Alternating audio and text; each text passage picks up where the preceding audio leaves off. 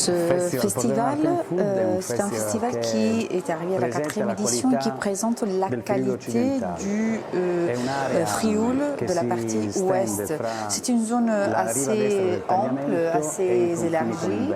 En effet, par le passé, il s'agissait d'une zone, d'une région d'immigration avec une cuisine pauvre. Et au cours des 20-30 dernières années, la qualité vraiment a atteint des niveaux excellents pour le public. Donc l'objectif du festival est celui de construire, établir des relations entre les consommateurs et les professionnels de ce secteur, donc les professionnels qui travaillent sur ce territoire. Alors, vous êtes l'homme de la pétina. Comment définir ce produit qu'on ne trouve pratiquement que dans la zone de Pordenone? Allora, la pétina è un prodotto culturale, prima di tutto. Perché culturale? Perché fa La pétina, avant tout, est un produit culturel. Produit culturel, pourquoi culturel? Parce que c'est la culture des montagnes. Alors, la pétina était un produit qui naît de l'exigence, du besoin de conserver la viande pour l'utiliser ensuite pendant la période de l'hiver. Au début, il s'agissait de chèvres, de moutons et de chamois, et puis, dans un deuxième moment, cerfs et chevreuils. Mais vraiment, cette exigence s'est démontrée vraiment très importante, voilà pourquoi est née la pétina. Di avere qualche cosa, un apporto di proteine era importantissimo, e quindi questo era un prodotto che nasce proprio dall'esigenza di conservare della carne per poi poterla utilizzare nei periodi invernali. Allora, diciamo che non esistono... En effet, il n'y a pas de document écrit qui puisse démontrer exactement quand la pétina est née. Mais bon, apparemment, il y a 50 ans, la pétina existait déjà. Alors, il s'agit d'un produit qui à l'époque était, comment dirais-je, renfermé dans un petit village, une petite ville, plutôt un petit village. Par conséquent, c'est un produit qui était gardé dans une communauté limitée. Et petit à petit, le produit était transmis du père au fils, aux enfants.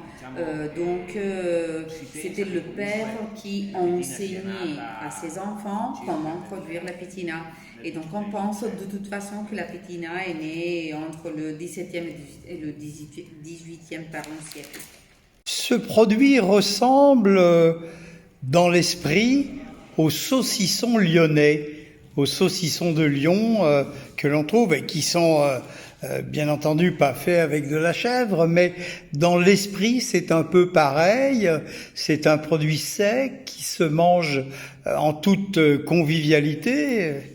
Io non conosco la salsiccia di Lione, però posso dire... Alors moi franchement je ne connais pas la saucisse de Lyon.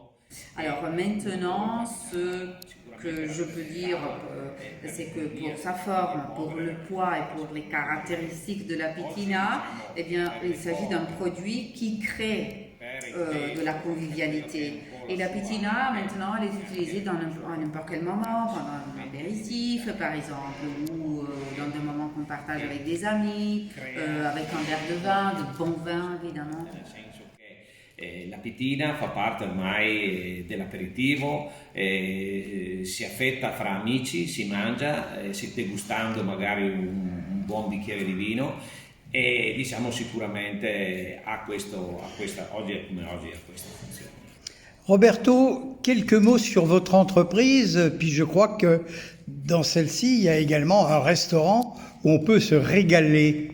Sì, noi abbiamo un'azienda agricola. Nous avons une entreprise qui est une entreprise agricole où on s'occupe de l'élevage des animaux, et puis on produit quelques produits comme la pétina par exemple, et puis maintenant on produit du fromage aussi. Alors depuis 10 ans, nous avons élargi notre activité, nous avons ouvert un restaurant, nous avons aussi des chambres comme nous. Donc on a, comment dirais-je... De l'agro-tourisme. Yeah.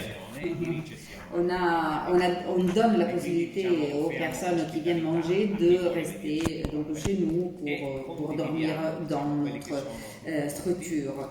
Et donc nous partageons nos produits, les produits de notre terre.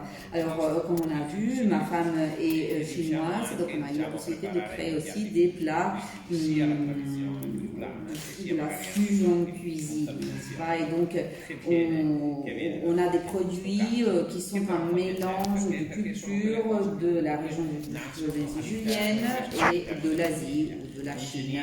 Et ce qui est très bon d'ailleurs parce que ça crée ce mélange, mais toujours dans une entreprise familiale.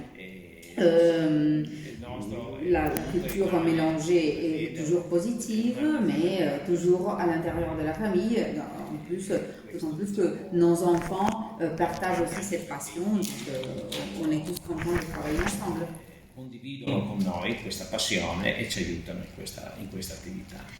Roberto, vous avez envie de manger quoi pour terminer? Si vous aviez envie d'une autre recette, avec un verre de quel vin? Diciamo che la pitina, se dobbiamo parlare di una pitina cruda. Pour ce qui est de la pitina crue, alors en effet, là on sent vraiment le parfum, le goût du mouton, cet aspect fumé, on le reconnaît très clairement. Alors moi, je préfère l'association d'un vin blanc, pourquoi pas.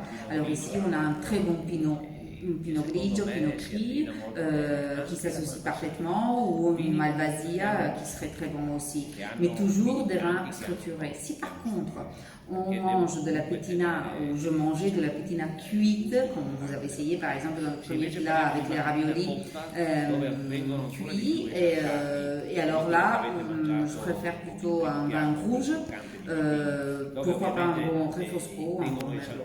Ancora di più i gusti, allora io passerei a un bel vino rosso, che potrebbe essere un refosco, ma anche un bel merlot. Grazie mille Roberto Ferraro. Grazie a lei. C'est bon.